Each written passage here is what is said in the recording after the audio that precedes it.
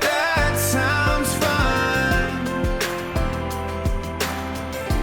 That sounds fun. Hi, friends. Welcome to another episode of That Sounds Fun, The Seasons. I'm your host, Annie F. Downs. I'm so happy to be here with you today.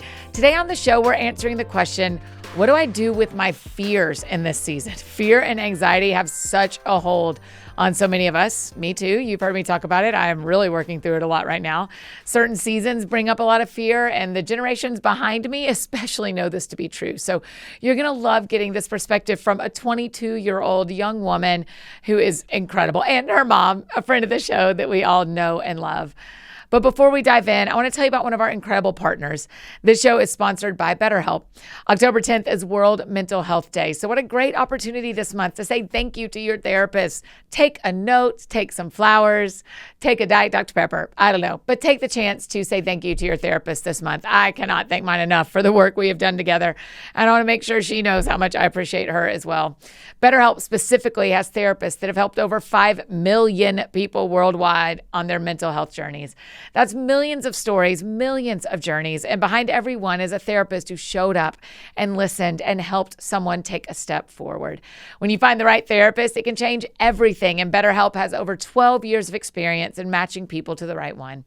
This World Mental Health Day, we are celebrating therapists who've helped millions of people take a step forward. If you're ready to find the right therapist for you, BetterHelp can help you start that journey. Our friends get 10% off their first month at betterhelp.com/thatsoundsfun. That's BetterHelp, HELP.com/thatsoundsfun. And today on the show, I get to talk with my friend, Caroline Shankle, and her mom, whom you know, Melanie Shankle. Caroline is a recent college graduate. Her first book comes out tomorrow. Talk about launching into the real world by writing a book. I mean, that is impressive. You're going to get to hear Caroline's advice to college students, what God is up to at Texas A&M, Melanie's perspective for parents of college kids, and then we're going to talk about what to do if you feel like you're facing fear all the time. So many of our friends are battling seasons of fear or seasons of anxiety, especially Caroline's generation. And her first book, written with her mom, is called The Lion and the Bear.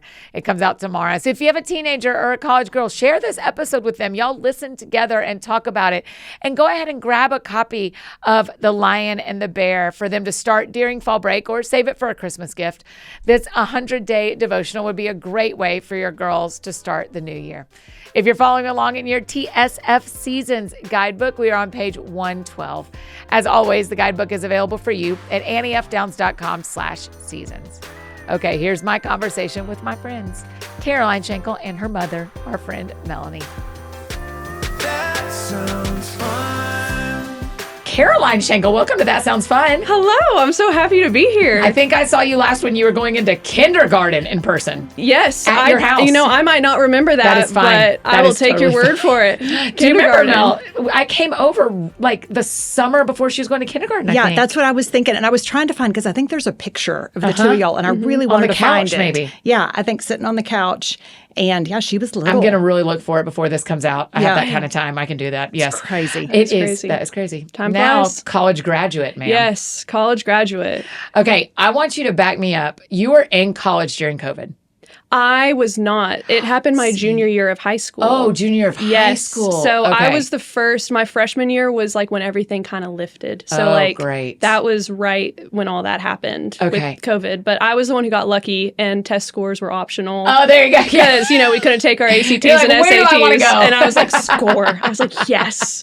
So What, just finishing college then, give me a perspective right now when you are looking back at the last 4 years and your college life. And you go, okay, now that I'm here, this is what I would say to my high school senior self who's starting her senior year or my college freshman self, because there's so many of our friends listening who are sitting in your seat 4 or 5 years ago. What would you say to that girl? Ooh, I would say probably get excited. Yeah. Like truly get excited for college and also kind of buckle up and watch God work. I think that's something I kind of would tell my younger self is just, I think when you go to college, it's so different because in high school, you always have, you know, your parents with you. You always have someone kind of taking care of you, being there with you. College is the first time you're on your own. And like all of a sudden you wake up and you're in the grocery store and you're having to buy your own toilet paper and you're like, what what happened? Where am Yes. I? You know, but you get to watch God work in a lot of different ways. You get to see the way like he kind of provides for you in that time, which was really cool for me to get to see that once you kind of get a little independent. And I think also just be true to yourself in college. That's kind of what I would tell myself is just learn as much as you can from everything, not just school, but from life, from people, relationships. Like take as much as you can because you don't get this time back. College is kind of it's a crazy time, you know, like I look back on it, I'm like, it kind of felt a little bit like a summer camp almost, you know, like it's almost like, I can't believe I did that in 4 years and it felt like 2 weeks. Yes. But I think that's kind of the biggest thing is just take it all in and like enjoy it, remember it, learn from it. Like that's really my thing with college, I think. What made you pursue relationship with God in college? I think Did you take a break? Like, did you have a season of like, I'm not into that? I think my senior year of high school was probably my season where I had the most kind of dip in my relationship with Christ. I think it was just COVID hit. Yeah. Everyone was really isolated. And it was just, I played sports growing up. Soccer was like my thing. And I finally finished my soccer season my senior year. And it was just, I had been working for this thing. I'd been doing this thing. I'd been on such this like tightrope of this is what I'm doing. And then once it was done, I was like, oh my gosh, Yeah. where am I going? What's happening? I don't have this like discipline, this regiment anymore. And I didn't have a lot of people in the community where I grew up. I didn't have a lot of kids who took their relationship with Christ seriously. I never saw that being modeled. I thought it was something that only adults had, you know? I was like, oh, well, when the time comes, it'll happen. I don't know. And then right before my freshman year, A&M has this thing called Impact. And it's like a freshman camp or a transfer camp, but it's Christian.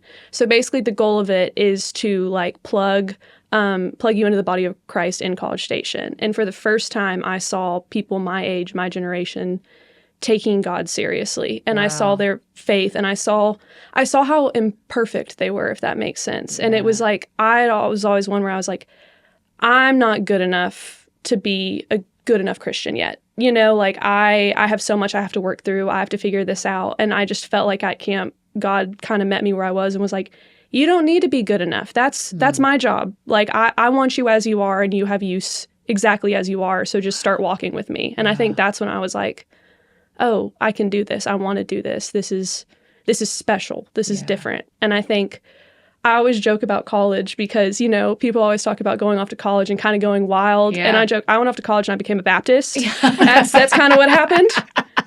And I was like, well, that took a hard left turn. Surprising for all of us. Surprising for all of us. Who would have thought? But it really was that thing of all of a sudden I was just like, oh, I want to take this seriously and I want to learn. And I mean, there's been ups and downs and all different types of things. But I think throughout college, I was able to consistently kind of work on my faith. And that was something that was really important to me with my like faith journey. What would you tell parents who are listening whose students or their kids are in college somewhere and they are not walking with the Lord? They are either they didn't or they did in high school and now they aren't. What would you say to those parents? What would you tell them to pray? What would you tell them to hope for? What do you think to say to them? I would say trust in your kid's foundation. I think having that foundation is so important because it's when everything breaks down, you always fall back to the foundation, I feel like. And if like Christ has been what you raised your kid in, your kid's going to remember that. Your kid's going to know that. I think in college it's tricky though because you also have to let them figure it out on their own because you want them to kind of not go through it, but you want them to be able to solidify their beliefs themselves because they need to be able to believe that because it's what they believe, not because it's what my parents told me to believe, so I'm going to do it. Right. Because I don't think that faith is necessarily one where it's been tested and it's not necessarily real. It's just, well, I'm supposed to do this, I'm going to do this. But like sometimes you need to encounter, you know, the love of Christ after messing up and being like, wait, this is real. And I think prayers in that time, it's just let God work, you know, don't try to control it. Don't try to facilitate, you know, what you want your kid to do. Well, they need to do this, they need to do that. Because I know my personality, that would have made me go further. That would have made, don't try to control me. Don't try to come near me, you know? But it's like, you should tell parents, like, just pray for your kid and really let God work. Let him surrender your kids, surrender your life, surrender your faith to Christ. And like, let God work. Watch him work. Have faith that he's not leaving your kid That's behind. good. Melanie, you're the only momager we've ever Yeah, met in the listen, studio with listen, us. I'm just me and Chris Jenner. Caroline's that's like, right. that's right. Tell me your perspective, because we're talking today about how do you deal with your fears in the season. And Yeah. there had to be days in her senior year, like she's saying, Oh, for sure. where you're going, please, Jesus, Yeah. what is happening with my child? She's not going to youth group, or she's not whatever. And then she goes off to school and becomes a Baptist. Yeah, listen, she's like, Which hey, is- by the way, I'm going to get baptized. I was Yeah. like, well, I did not see that coming. I was Yeah. worried about a lot of things. Yeah. I do think there's something as a parent, it's really hard because when they're young, you can control so much and you're in control. And the older they get, it's kind of like, to me, like letting them drive is such a metaphor for the whole thing of like, there they go, and I don't know how this is going to go. But it really is trusting God with the process, that just the way, and I think it helped for me because I was such a prodigal and I went so wild in college that I kind of was like, whatever she has to do is going to be her journey. And ultimately what I wanted was for her to come back to, I wanted her faith to be her own and for her to have her own relationship that wasn't just because that's what she had always been told in our home. And so, and I think we really tried our best at age-appropriate levels to be honest with her about our own faith struggles and where we had seen God be faithful in the midst of hard times. But I think you have to me, the more you try to force something, it just creates more resistance and resentment. So I really do think you say a lot of prayers and just trust that the things that God is going to do in your kid's life, he knows them better than you. And you surrender to that, which is easier said than done. Yes, certainly. That's easy to say on a Wednesday in a studio when she turned everything's out fine. perfect. Yeah. And yeah. then, Well, versus the Thursday nights where you're watching TV and you're seeing her location on Live 360 and you don't like where she is. And oh no, and you're like, yeah. what's happening? I don't know where Yes. she is. I don't know what's going on. And different things that happened during college, where hard times that she would go through, where I would live in this fear of, is this going to be the thing that makes her walk away from her faith? Is this disappointment going to be the thing that makes her say, God's not as good as I thought he was? Yeah. But I'll say on the other side of that, the things that I was most afraid of, I've watched him use to deepen her faith. Wow. And so it's like, don't be afraid. As parents, it's like we so want to shelter our kids from all the hard stuff. But you're like, those are the very things that become their testimony of who God is. Caroline, I don't have any kids, but my nephew's 5. And there are times where I'll be like, he'll say something on FaceTime. And I'm like, well, I'll just buy that and ship it from Amazon. My sister's like, don't. He can't have everything he wants. I'm like, yes, he can. She's like, that is not going to make him the person that we want him to be if you just give him everything. I was like, you've called the wrong person. I'm going to give him actually everything. In the book, in The Lion and the Bear, which I love, by the way, Caroline, I thought I think the audience you're wanting to talk to is going to love this. But you talk a lot about a breakup that was pretty painful. Yeah. Did you have to tell the dude that you were going to write about him?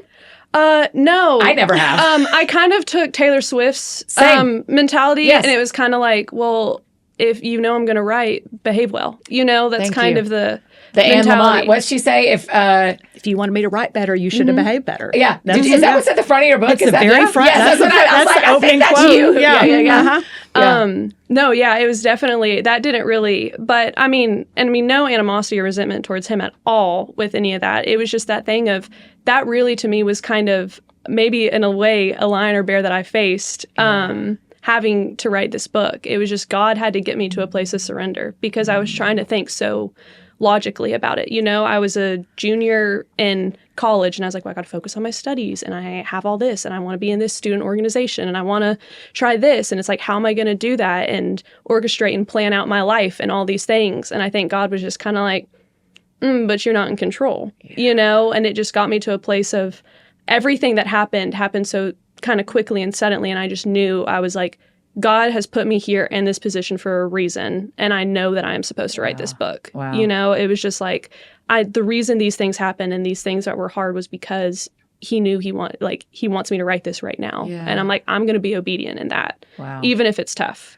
As the two unmarried people at the table, there is nothing that crushes my illusion of control like a breakup. Oh, always. Get out of here. I'm like, I thought I knew anything. I know nothing. Yep. I know nothing and I'm Exactly. sad. You're like, awesome. All right, next. What's going on? Yeah, that's right. Yeah. That's right. That's right. We have this option to either stay in it and learn or like eject quickly. And I usually choose to eject quickly. Yep. So it's a personal thing. Will you explain the lion and the bear analogy? Yes. Because I think that is, for all of us, that is the I think it's very helpful. So will you tell us? Definitely. No, so throughout high school and kind of when I was younger, middle school, when I'd face hard times and you think mean girls, struggle with soccer, not getting something that I wanted or something unexpected happened, my dad would always kind of look at me. We would always be at our, dining room table and be dinner and we'd get in these conversations and he'd just kind of be like the lion and the bear.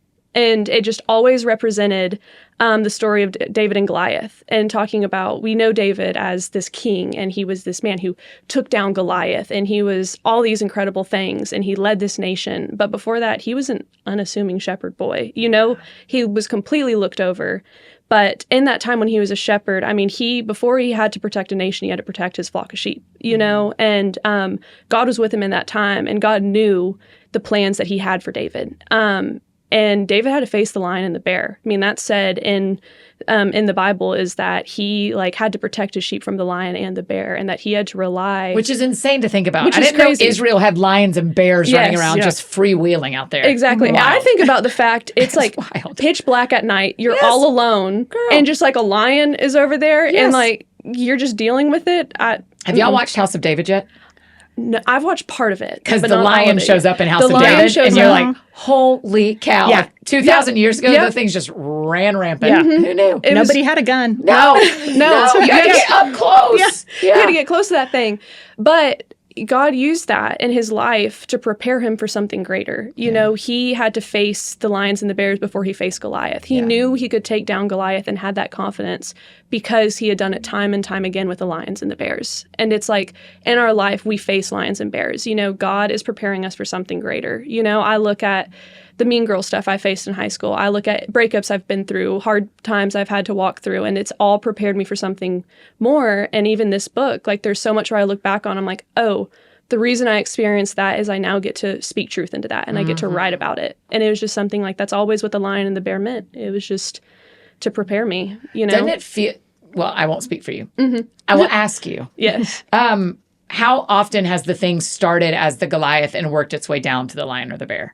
Ooh, that's good. That definitely, it has. At the time, I think it's the Goliath. It's this big thing. And then you look back and you're like, okay, that was a lion. Now I'm about to face Goliath. Right. And then you face that Goliath and you're like, wait, that was the bear. Now I'm going and facing the next thing, and I think God works you, he works you up, and it's as you grow and strengthen and as you get endurance, he builds up an endurance and faith in you that you didn't have before. That's so annoying to me because I want the lion and the bear to be the lion and the bear. Yes. Oh, now here's the big thing, and then you're done, and it's always dun, dun, dun, dun, dun, dun, dun, and it just works its way the whole down. circus. It You gotta just go through keeps the whole going. circus. It's so annoying to me. Now that you have written this, what is was this the Goliath?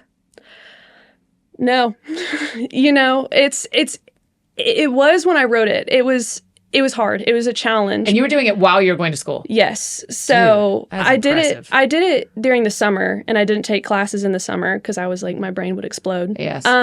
But I think it was Goliath in a way, but in other ways it wasn't, because writing all of a sudden just gave me such a sense of joy. I think it was all of a sudden, it was just I'm doing what I'm meant to do. It was just which I'm getting emotional about it, but it was just all of a sudden I was oh, I can do this. I love doing this. I'm made to do this. Yes. And it's I found it.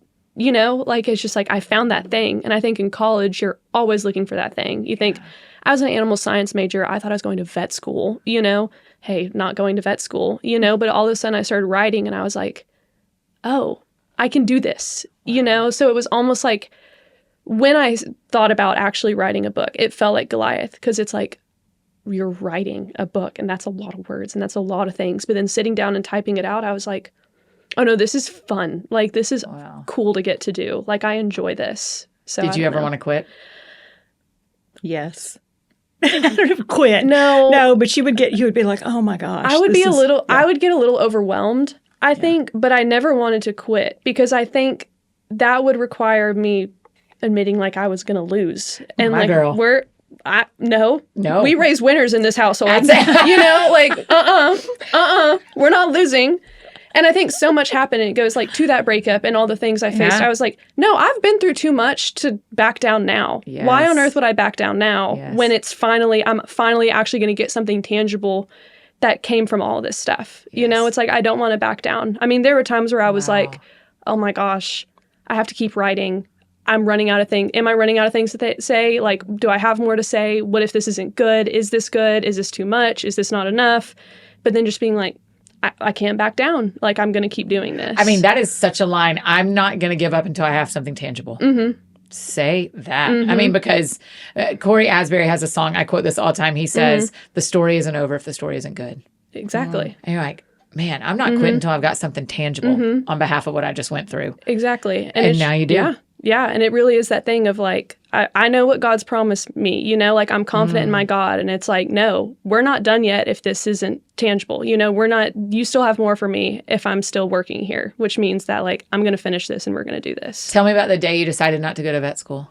That was actually my freshman year. It was into my freshman year. Yes. And you still stayed on track with the same... I still stayed in animal science because I loved my major at A&M. It was my favorite major. Highly recommend it for anyone going to A&M. But someone came in, a vet school student, came in and talked to like our big class. And she basically was just talking about how vet school just, you know, it's a lot. I mean, the amount of studies, the amount of classes, the amount of things, I mean, it was insane. And then she talked about, well, after you graduate, then you're a vet and say goodbye to any life you have. Like, this is your whole life, you know, like that horse colics at 2 a.m. You need to be there, you know, say goodbye to your kid's soccer game, say goodbye to, you know, whatever. And I kind of was like, I want to love my work, but I don't want my work to be my whole life. And I just was like, I don't think I'm built for vet school. You know, I just was like, I don't think that, here's the thing. I'm competitive, so I'm like, I could do it. If I had to, I would do it. But I knew that wasn't for me. And I was just like, I don't know what's for me right now, but I know it's not this. So I'm not going to try to put myself through this. So you went through your sophomore, junior year. I'm in this major. I'm staying in this major. I have no idea what I'm going to do with it. Yes. Caroline. Yay, fun times. I mean, did you just stress sometimes about that or no? Yeah, I did. You know, I think I called them at one point. I was like, I think I'm going to change to kinesiology. I'm like, I like sports. And they were like, nope. Just, nope. No, you're not. No, you're not. You're staying with animal science. Yeah. But it was just that thing of I was stressed, but also I think in college, everyone changes their mind. Yeah, that's I think I wrote about it in there. If not, I've posted about it. But it's just that thing of, no, freshman year you is going to be completely different than senior year you, and you're going to change your mind, and it's normal to change your mind. That's not a bad thing. And I knew my major. I mean, I was taking economics classes. I was taking some cool science classes. Here's the thing. I'll have an awesome farm one day. You know, like I'll be able to take care of all the animals. That's right. But I knew I was just like, what I'm supposed to do is not going to pass me by. You know, I'm going to be able to figure it out. So I think it was just, I was like, well, I'm going to Tell me about when you thought about this. Because your mom is an author, did you get an offer or did you go, I want to write a book, let's go? So it was it was a little funny, but it started originally, I didn't even know I really liked writing. I remember like 7th grade English class. I loved all the things, but then you have professors, you know, and teachers telling you, well, you need to do this differently. You need to do this. And and then science, when you're a science major, you're doing research papers and you're doing all these. But I had a roommate and a family friend who's a few years younger. And for her 18th birthday, people wrote her letters. And her mom was like, can you write her just like a little letter about what to expect when she comes to A&M? So I wrote it, and then I asked her to proofread it. And then I think you looked at me and you went, I'm so sorry, but you're a writer. Like, really? That's what you said? Yeah. I was like, when I read it, I had never really read, and it hit me like it was so heavy. Like I cried reading it. And I looked at her and I was like, babe, I hate to tell you this, but you're a writer. And that's going to come with a lot of angst. Right. I'm sorry to tell you what's going to happen here. And, you know, and she's 18 or she's 20 at the time. So you're like, I don't know what that's going to look like, but you've got this gift. Skill. Yes. You've got the skill. Yes. So, wow. And then with your book, you were wanting to write a little bit about my sophomore year. And I kind of told her, if you want maybe me to write in like a few like things from my perspective and how I felt, if that would be helpful. And then for Here Be Dragons. For Here Be Dragons. Yeah. Yes. It was kind of how we pitched it a little bit to some different publishers. And then one publishing house came back, which Revell, who I ended up, and they were like, okay, well, to her was like, you can write your book and then we want a devotional with you and Caroline. And at the time, my mom was like, ooh, I don't know, like, Caroline's a student in college and I don't want to put that on her because she doesn't know. And, you know, and then they ended up still, even after you signed and went to where you went and all that. But it was just like all of a sudden they were like, well, we would still like to have like a little Zoom call with Caroline. Wow. And then I went through my breakup, and then 4 days later, I had a Zoom call with Ravel. No, 4 days after the break. 4 days. It was the middle of finals as well. Caroline. So just Sister. yeah, right. No, it was fun. It was a great time. Oh my That sounds gosh. fun. Yeah, really. That was it. That sounds like a great week. But I think I was just like, I was so raw, and I was just Yeah. kind of, they were like, well, I'm like, how do you eat an elephant? One bite at a time. Yeah, like, yeah, I'm not yeah. gonna. And then I just kind of talked about what I'd want to write about, and then they were like, okay, so we'll send you a contract later this year. And I went, Which happens for no one. It does not and I was happen. like, That does not oh, happen. okay. And so then like I kind of just was like, I guess that's going to happen. And then all of a sudden I was, a little bit out of fight or flight. It was like March, and I was like, well, now I'm contractually obligated to Yes. write a book. Yeah, I was that's like, right. so I'm going to do that. But that was kind of that process. So, Wow. but definitely one where I'm like, God's hand was working in that. That was Yes. not something that just, like, I'm so cool, so it happened. That's yeah, like God totally orchestrated that and was like, and that's how I knew, oh, I'm supposed to write that. I mean, he just threw that down in front of me and Yes. was like, go. And I was like, okay, sounds good. Wow. Mm-hmm. That sounds fun. Hey friends, just interrupting this conversation, tell you about one of our incredible partners. It is no secret that I love kicking off my day with AG1, and I tell you about it all the time. But there's this brand new product from them that is helping me end my day. It's called AGZ. AGZ is the nightly drink that helps you wind down and rest up. There are 3 really great flavors: chocolate, chocolate mint, and mixed berry. And while AG1 was meant to be enjoyed in cold water, you can enjoy AGZ either warm or cold and in milk or water. Listen, put that chocolate flavor and some warm almond milk, and it is like you have your nighttime hot chocolate. It is so good. AGZ is a melatonin-free formula with clinically studied herbs, adaptogens, and minerals. There are no artificial flavors, artificial sweeteners, or added sugar. It's made up of a clinically tested form of magnesium, which has been shown to improve sleep quality and support cognitive function. If you're ready to turn down stress and focus on the rest, head to drinkag1.com/soundsfun, and my friends get a free frother with your first purchase of AGZ. That's awesome. That's drinkag1.com/soundsfun. And another incredible partner I get to tell you about, Thrive Cosmetics. Are you changing out your wardrobe for the fall yet? I think the weather is finally starting to turn towards cooler temperatures in Nashville and wherever this tour bus has taken me. I love a sweatshirt, so I'm excited to start adding those back to my outfit rotations. But what about your makeup? Do you try new things for the fall or use some warmer colors? No matter the season, I love all the products from Thrive Cosmetics. They are 100% vegan, cruelty-free, and made with clean, skin-loving ingredients that work with your skin, not against it. Whether it's a minimal look kind of day for me or a full face, I'm always going to have on my Thrive Cosmetics Liquid Lash Mascara. If you're looking for their mascara, it's the vegan tubing mascara in the turquoise tube. You've probably seen it all over the internet. There are 6 shades that last all day without clumping or smudging or flaking, and they make your lashes look like extensions by lengthening and defining them from root to tip. They've donated over $150 million worth of products and cash funds to over 600 giving partners across the U.S. Thrive Cosmetics donations support 8 major causes, including those affected by cancer, homelessness, domestic abuse, and more, reaching individuals from all walks of life. And their transformative impact is made possible through the support of their wonderful customers like you and me. So complete your fall look. Go to thrivecosmetics.com/TSF, like that sounds fun. And my friends get an exclusive offer of 20% off your first order.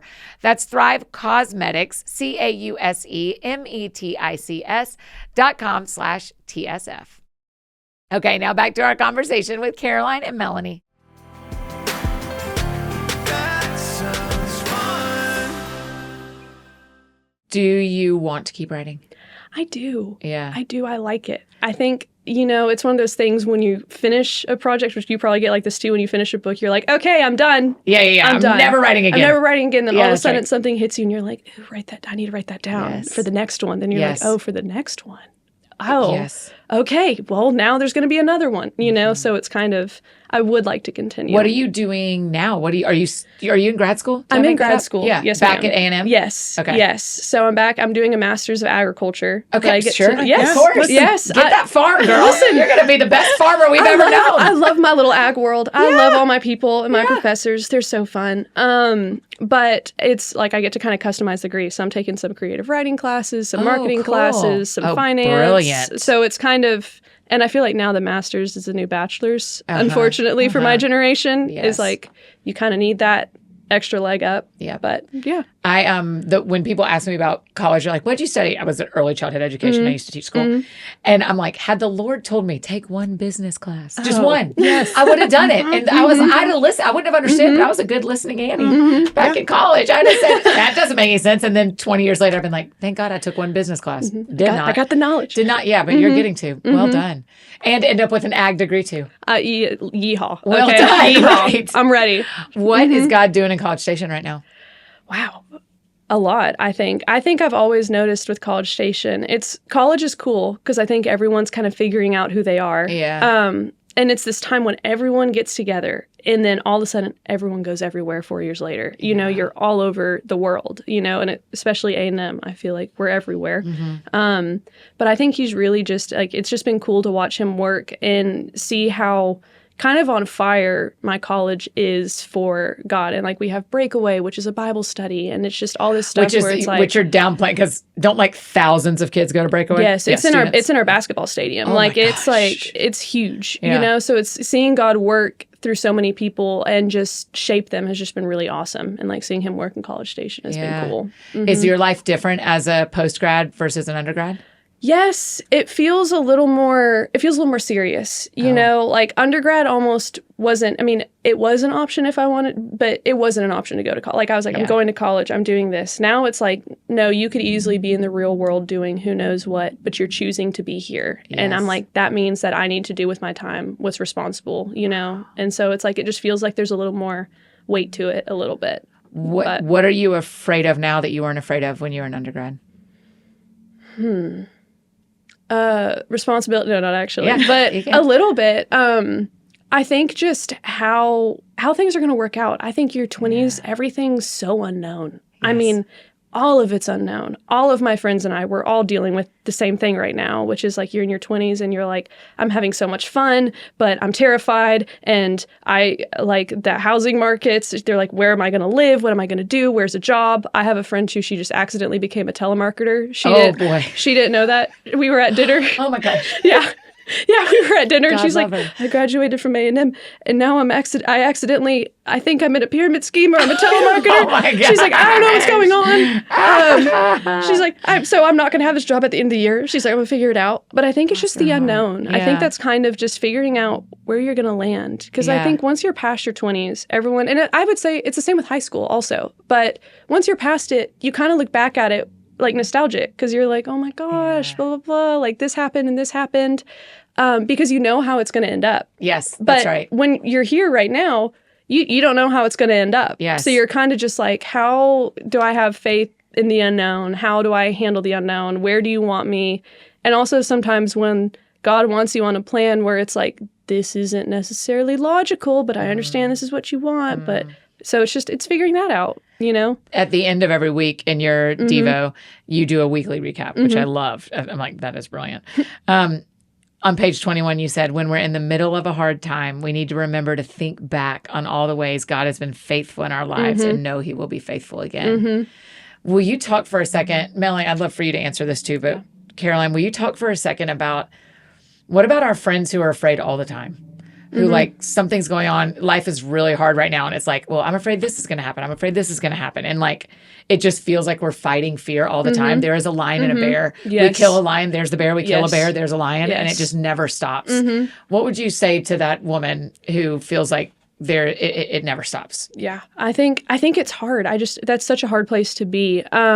I think something that helped me out is I always thought about what if this happens, what if this happens, what if this happens, and what if we switched it to what even if this does happen, even if this goes on, is God still good? Is he still sovereign in my life? You know, I think our fear is something where we fear things of this world, and you think God is not of this world. He's bigger than this world. And it's like, so if we serve a God that wants the best for us, like fear has no power in that. Wow. And it's hard because it doesn't make the emotions necessarily go away. I mean, I think that's something I tried to be really transparent about in the book. Yeah, that was beautiful. Just because I think so many people are like, well, I prayed and I have faith and it's all good. I'm good. I'm great. And I'm like, yes, but also you're still going to have feelings. You're human. You're still going to feel like, oh my gosh, what's going on? How can I do this? How can I take this? You know? And it's just this thing of like, you're allowed to have those feelings, but you're also allowed to have the perspective and know, like, fear has no power over me. You know, fear has no power over me. And when you start going down that track of, well, what if this? What if that? Well, it's like, okay, even if that does happen, you know, even if someone doesn't like me, even if they go and tell their friends that, even if whatever goes on, what then? You know, the world's still spinning. I'm still here. Yeah. So what goes on then? Yeah. You know, I think that's kind of what I would say and what's helped me in that time. Yep. Mel, for the moms, for the women in our 40s, that there's a lion and a bear constantly. It just never stops. No, and I think that's the whole thing. And I've told Caroline that. I was like, even when you get to this point in life where things have maybe worked out the way you hoped, or, you know, you're where you are, you never arrive. Like, I kept thinking you would arrive at a destination. Yeah. Like, here I am. I mean, I'm about to be 54. And I'm like, I thought I would feel a lot more adult by now. And I'm like, well, if not now, it's not happening, you know? So, but I think it's living in that place of that God is sovereign over all of it, and just knowing that most of the time our worst fears aren't realized. You know, I think they become bigger in our head than what they really are. But I also think it's a really hard thing. Like, I've talked to so many friends at this stage where we're like, why the Lord decided to coincide perimenopause and menopause with having an adult child. I'm sure. That's a fresh adult child. Fresh adult child. Like, I have enough anxiety, you know, like just that comes out of everyday living. But like, then when you're also worried about your child, and I think as a mom, I'm telling her all the time, it's going to be great, because I know it is going to be great. But I can't tell you what that's going to look like. I can't tell you what God's going to do, but I can look back at my own life and say, here are the ways that he was faithful to me, even when, and you and I had this conversation a couple of weeks ago, but her friend that ended up being a telemarketer. And I said, listen, I ended up selling doors. That's right. I worked in human resources at QVC for a while. I mean, like, life takes you some funny places, and you just have to kind of enjoy the ride, because here's what I've learned. Everything's a season. And so if you're in a season that you don't love, you're going to come up on a new season. It's going to end. That's and so just try to find the joy and the peace where you can in this season, and just know it's not always going to be this way. That's right. Put your head down. Yeah. You can do this. That's it. Get through it. You got to go. We laughed when she was kind of going through, you know, a lot of her post-breakup and whatever, and she was like, ugh, because, you know, she's a fighter and she's a winner, and she's like, I just want to I just want to be done. Like, I want to be done. I'm built the same way. And I was like, listen, it's like going on a bear hunt. You can't go around it. You know, we read that book so many times. It's like, you got to go through it. Like, you've got to feel it and, you know, let God work. Yes, that is, I hate that. Yeah. I'm the same way. I'm like, tell me, how big a check do I have to write to not be in the middle of this? Yes. Because I will, or can I give you something? Can I make a promise? Can I sell an organ? Can I somehow get out of the middle of this? Yeah. Yes. And you can't. You got to go through it. You got to go through it. Tell me a little bit about growing up with a mom in the public eye. You know, it's so funny. I don't think I ever really, like, I knew it and I processed it, but I never really, I don't know, I never let it change anything a little bit. One of my favorite stories was when she was probably like in 7th grade, 8th grade. It was after I'd had a couple of books that came out, and we were sitting at the dinner table, and she was telling us about a friend of hers, and she was like, she found out they're distantly related to like the Orville Wright family. Oh, wow. You know, and she was like, are we related to anybody who's famous? And Perry like pointed his fork at me, and he was like, your mom. And she was like, for what? Like, it was just such a like complete. It just didn't register. Compute. No, it didn't register, you know, but I think that's also something I respect so much, is the fact that she never was anything but my mom, you know, and she never acted like anything but my mom. Did y'all have conversations about, hey, don't post that or don't tell that story, or hey, do you remember any of that? I think as I got a little older, like I'd say probably starting in middle school, like, you know, she always asks, is it okay if I post this picture? Or can you go through my phone and like these pictures that you're fine with me posting? Or is this story, I kind of want to say it. Are you okay if I say this, or should I? So she always asked. She was always really, really good about making sure. But I'm also one where I'm going like, whatever, post it. It's fine. Yeah. There's very few things where I'm like, ooh, no, you Yes. know? So that We was have kind a lot of friends listening who are raising daughters and sons. But what's something that your mom did that you're like, dear every mother, you should do this? This was one of the best things my mom ever did for me, middle school, high school age. Can you think of something? Honestly, this is going to sound so general and kind of like a duh, but like being there for me. I think it was just her always being a soft place for me to land. You know, you go to school and even if everything's falling apart, you know, you're smiling, you have to act like everything's fine, you have to go through and you have to do all these things and you put on this, you know, mask a little bit. And especially when you're younger in middle school, high school, there's so many insecurities and things. And it was just getting to come home and being able to just take off the mask and just breathe, you know, and just kind of be like, everything's not okay. And I feel like this and I feel like this. And it just, I think it made the world a difference, you know, and you always validated me and you always made me feel like just you built me up. You made me confident, you know, and it's just that was something where I'm like, I never felt like a burden. I never felt like I needed to worry about if I was being too much or too little around my parents or family. And I think that was so important in that time. I think that's important for people to hear too, Mel, because you had a full-time job. Yeah. That, you know, like you were working the whole time. And I think sometimes to hear you were there for me is like, well, how can I'm a surgeon. I'm a teacher. I'm a whatever. And you're like, I was full-time working and traveling on the weekends. And I think that's probably important for people to And hear. I think for me, like my priority it was always Caroline and my marriage, because I just thought, here's the whole thing. I could go do all this stuff, but to me, if what I was doing inside the walls of my home with the people I love the most wasn't good or wasn't valued, then the rest of it didn't even matter. Yes. I'm like, I don't care who knows my name. I don't care who listens to the podcast. I don't care who reads my books. If the people who live in the walls of my home are like, she's kind of full of crap, this isn't who she really is. Like, I was like, I love them first. And everything else is secondary to that. Yeah. So I think that's got to, I mean, I'm the least working mother, but that has to be helpful because you didn't say I love them most and therefore I didn't go to work. Yeah. I love them the most and it played out and it meant that I canceled 1,000 things. You're like, no, I love them most, but I still did my whole job. That's it. And I think that there's value in that too, because I think as moms, you feel that guilt sometimes, but also like, I'm glad, I think part of why she's who she is because she got to watch me do what I do, where you're like, as a woman, you can do all these things. There's a way to do it. And God's going to bring your priorities in line if you keep seeking him, to where you're going to know when being a mom comes first and when you have to be gone for the weekend, even if you don't really want to. You can hold all those things. Ultimately, having that career made me a better mom because I think my tendency would have been to micromanage and over worry and try to, and it was good for me to have my own thing. Yes. And that's to me what I tell so many moms is I'm like, hold on, because those kids are going to get older and they're going to need you to have something besides them. That's right. Whether you're working or not working. That's it. You Go got to find a hobby. Get a hobby. Like, that isn't Life keeping up with. 360. I'm like, if you know their whole college schedule and where they are every minute of the day, you need to find, like, take up crocheting, like do something and give yourself that peace of mind. Like, that's right. Watch Real Housewives with us. Yes, Pick a show. Please. Yeah. Pick a show. Uh-huh. That sounds fun. Hey friends, just interrupting this conversation one more time to tell you about one of our incredible partners, KiwiCo. I know my friends who are parents are always looking for creative ways to help their kids stay off screens, and one of the best ways is KiwiCo. I've gifted KiwiCo crates to my nephew Sammy. They're adorable and they are so fun to build.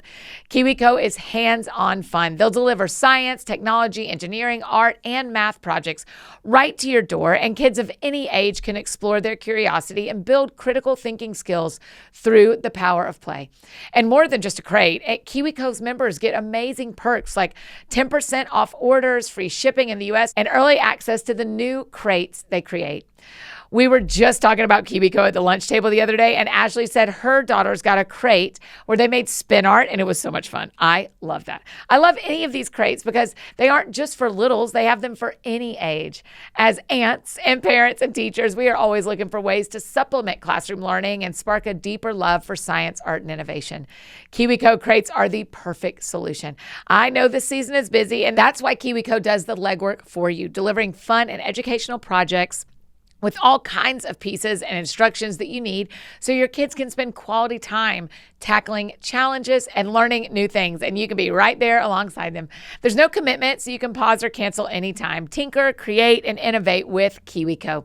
My friends, get up to 50% off your first crate at kiwico.com, and your promo code is That Sounds Fun. Again, 50% off your first crate at kiwico.com, promo code That Sounds Fun.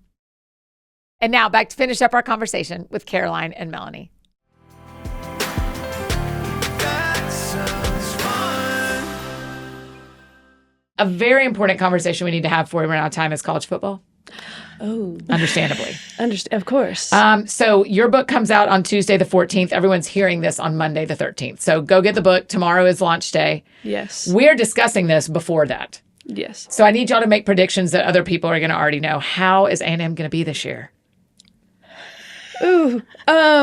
See, I want to guard my heart. Fair. I'm trying to be very, here's the thing. I don't want Aggies to turn into Cowboys fans. I don't want to be like, this year is our year. I don't want to be that person. Okay. But I also want to go into it being like, we have talent, we have skill, we have this coach who is building up his program, and I could see us doing well. Yes.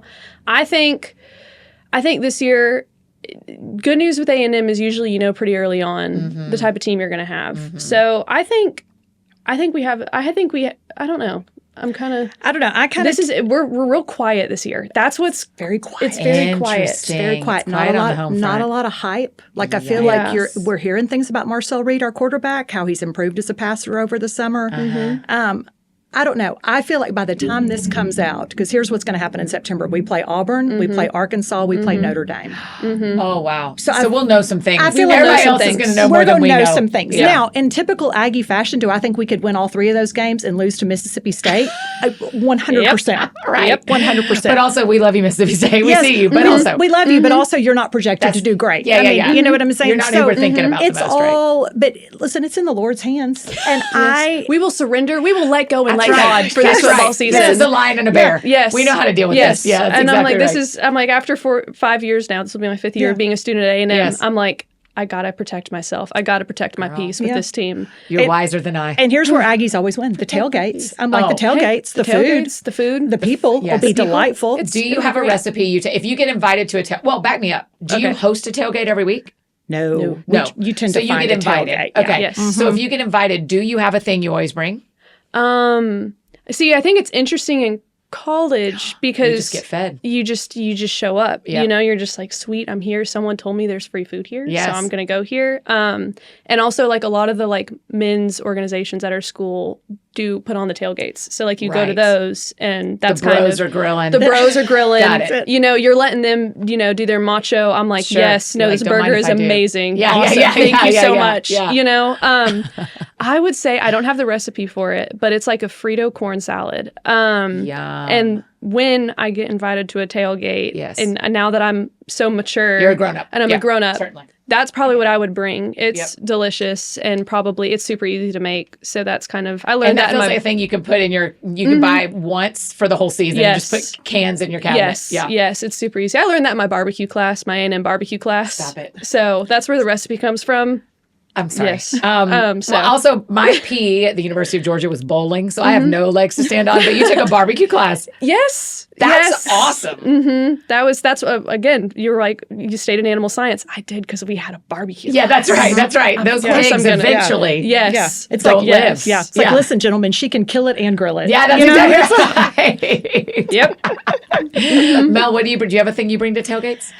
I think my standard is, now that I know how to do a complete dupe of the Chewy's Jalapeno Ranch. Oh, that changes Listen, people's lives. that's a whole thing. So it's super. If you have an HEB, which you have to be, listen, I'm sorry, but they have this green salsa. If you just add it with some sour cream and a packet of ranch, it's life changing. It's super easy. Everybody loves it. It's a crowd favorite. Okay. So that's probably would be my go-to. Yeah. My college roommate and I always brought salad, but what that meant was M&Ms of all different colors and flavors. Oh, We just nice. poured a ton. We'd be like, we'll bring the salad And then we would show up with a Tupperware of M&Ms. Listen, and you were the hero. Very helpful. Yeah. I didn't really meet the needs of the people. Yeah. But it was delicious. Yeah. I mean, I'm so ready. I mean, everybody listening is like, yeah, we've been watching football for 6 weeks. The three of us have not. I am ready. I've been getting withdrawals. She knows this whole weekend I've been talking about, like, on my Instagram, all the reels are like SEC football. And I'm just like, I'm ready. I need to take me back. I'm ready. I know. It just is a better. It's something about waking up on a Saturday morning knowing that you're going to flip back and forth between college game day and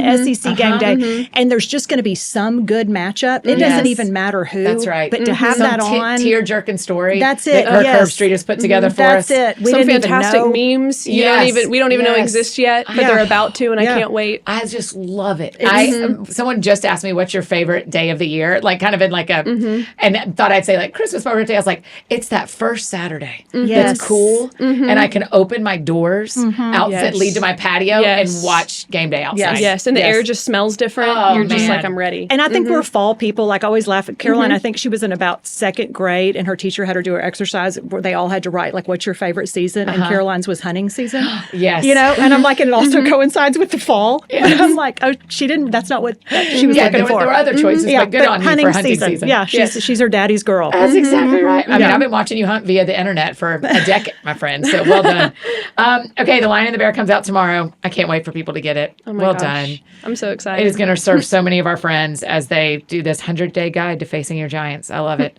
Okay, Caroline, it's your first time on That Sounds Fun. So let me tell you how we finish here. Okay. I always have to ask, because, and I'm coming to you too, Melanie, because the show is called That Sounds Fun, Caroline. Tell me what sounds fun to you. What do you do for fun? Ooh, I need to think. I would say I'm an easily amused person. I'm going to be honest. I just love hanging out with my friends and my people. I think going on what we were just talking about, football season, I love a fall day where it's cool and I'm with friends and I can hang out, and then maybe that evening I get to go to the ranch and go hunt or go do something. That's what sounds fun right now. Yeah. And just cooler weather, you know, not the like humid. But in College Station, when are y'all going to get cooler weather? November or October? We'll probably get it in like January. Oh, yeah. But we can have hope. We can have hope that it's going to come a little bit earlier. That's exactly I would say October. We'll have a few cool mornings in October, and I'll be like, life is worth living. Thank goodness. That's right. I can do this. Mel, what sounds fun to you? I mean, listen, I think I'm same. I mean, like, just with fall, you know, just something about fall makes you feel like you're going to live again because the weather's cool.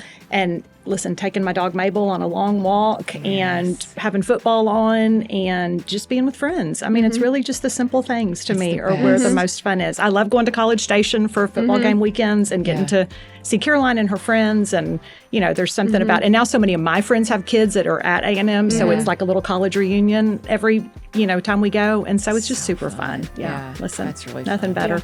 Thank you both for doing this. Oh my gosh. Thank you so much for having us. Oh my gosh. Are you kidding? I can't wait. I mean, listen, this is exactly why we do this, is that when my friends have kids, bring them on the show. We love a momager around here. Mel, well done. Thank you guys. That was awesome. Thanks, Annie. Thank you. Oh, you guys, aren't they the best? Oh my gosh. I just love, we have not gotten to have mothers and daughters on the show very much. Have we ever? Y'all will tell me on social media. I can't remember if we've ever had mothers and daughters before, but I think that is so cool. Head over to social media right now. Remind me if I'm forgetting some, but also tell them thank you for being on the show. Thank Melanie, thank Caroline, and go order your copy of Caroline's new book, The Lion and the Bear. If you enjoyed this episode, I think you'd also love episode 918 with Melanie's Big Boocast co-host, Sophie Hudson, and Melanie's episode recently where we talked about the book she wrote about her own relationship with her mom is unbelievable. Y'all have got to listen to that one too. We'll link it in the show notes. If you have any questions from this episode, please drop them in the Q&A box on your Spotify app if you're a Spotify listener like me, or send them to us on Instagram at That Sounds Fun Podcast. We love answering any questions you guys may have. If you need anything else from me, I am embarrassingly easy to find. Annie F. Downs on Instagram, Twitter, X, whatever, Facebook, TikTok, and I am out on a tour bus. I hope I'm coming near you. Anywhere you need me, that's where you can find me. I think that's it for me today, friends. Go out or stay home. Do something that sounds fun to you, and I will do the same. Today, what sounds fun to me is laying on my couch and watching I don't know what episode I'm on, but a next episode of season 13 of Great British Baking Show. Are y'all keeping up? I love this show so much.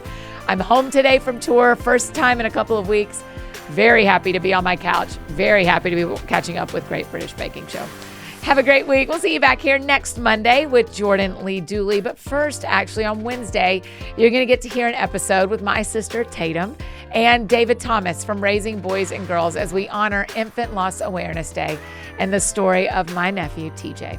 You may have heard this episode back in February, but we're bringing it back, hopefully, as a helpful resource for Infant Loss Awareness Day. So we'll see you guys on Wednesday. That sounds fun. That sounds fun.